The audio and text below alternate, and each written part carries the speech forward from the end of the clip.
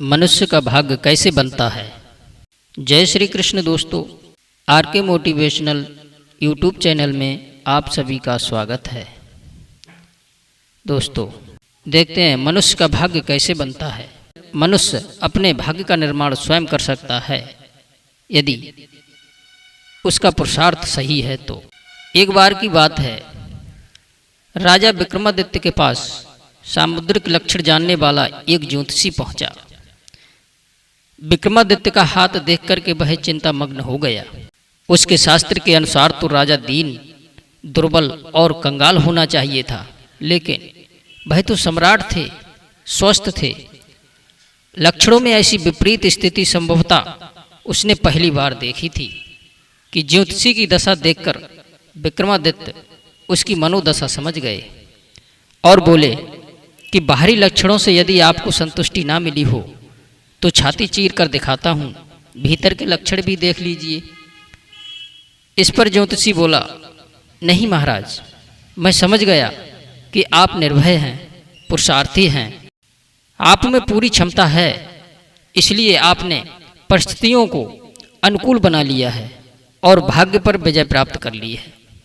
यह बात आज मेरी समझ में आ गई कि योग मनुष्य को नहीं बनाता, बल्कि मनुष्य योग का निर्माण करने की क्षमता रखता है यदि उसमें पुरुषार्थ हो तो। क्योंकि एक पुरुषार्थी मनुष्य में ही हाथ की लकीरों को बदलने की सामर्थ्य होती है। दोस्तों, स्थिति एवं दशा मनुष्य का निर्माण नहीं करती, यह तो मनुष्य है जो स्थिति का निर्माण करता है। एक दास स्वतंत्र हो सकता है और सम्राट एक दास बन सकता है। हम स्वयं परिस्थितियों को अनुकूल या प्रतिकूल बनाते हैं अपने विचारों से, अपनी सोच से। जो व्यक्ति यह सोचता है कि वह निर्धन है तो उसके विचार भी निर्धन होते हैं। विचारों की निर्धनता के कारण ही वह आर्थिक रूप से विपन्न हो जाता है। यह विपन्नता उसे इस कदर लाचार कर देती है कि उसे धरती पर विखरी संपन्नता नजर नहीं आती। नजर आते हैं सिर्फ संपन्न लोग, उनके ठाट बाट, उनकी शानो शौकत, जो उसे कुंडित करते रहते हैं, जबकि उनसे प्रेरणा लेकर भी वह संपन्न होने की कोशिश कर सकता है। अतः जरूरत है अपनी सोच में बदलाव लाने की। मन की स्थिति अजय है, अपराजय है, उसकी दृढ़ इच्छा शक्ति मनुष्य को विवश कर देती है कि वह किसी की परवाह किए बिना अपने काम को जी जान से पूरा करे, अपनी सामर्थ्य से उस काम को पूरा करे।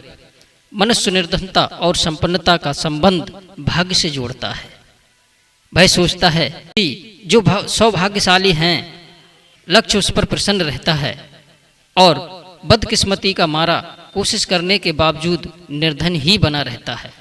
दोस्तों, सफलता की मुख्य शर्त है पुरुषार्थ। पुरुषार्थ करने से ही सार्थक जीवन बनता है, केवल भाग्यवादी रहकर नहीं।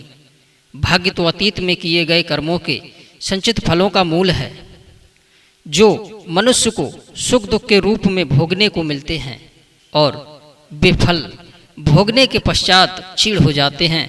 विशेष बात यह है कि भोग करने का समय भी निश्चित नहीं है। ऐसी स्थिति में वह कब तक भाग्य के भरोसे सुख की प्रतीक्षा करता रहेगा।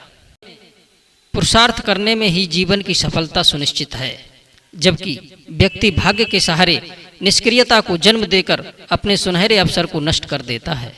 महाभारत के युद्ध में भगवान श्री कृष्ण यदि चाहते तो पांडवों को पलक झपकते ही विजय दिला देते, किंतु वे नहीं चाहते थे कि बिना कर्म किए उन्हें यश मिले।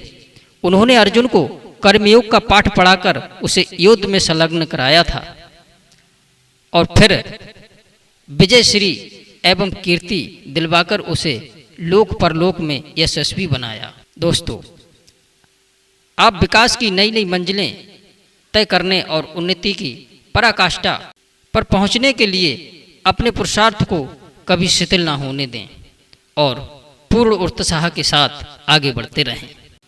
पुरुषार्थ उसी में है जो संकट की घड़ी में निर्णय लेने में संकोच नहीं करता।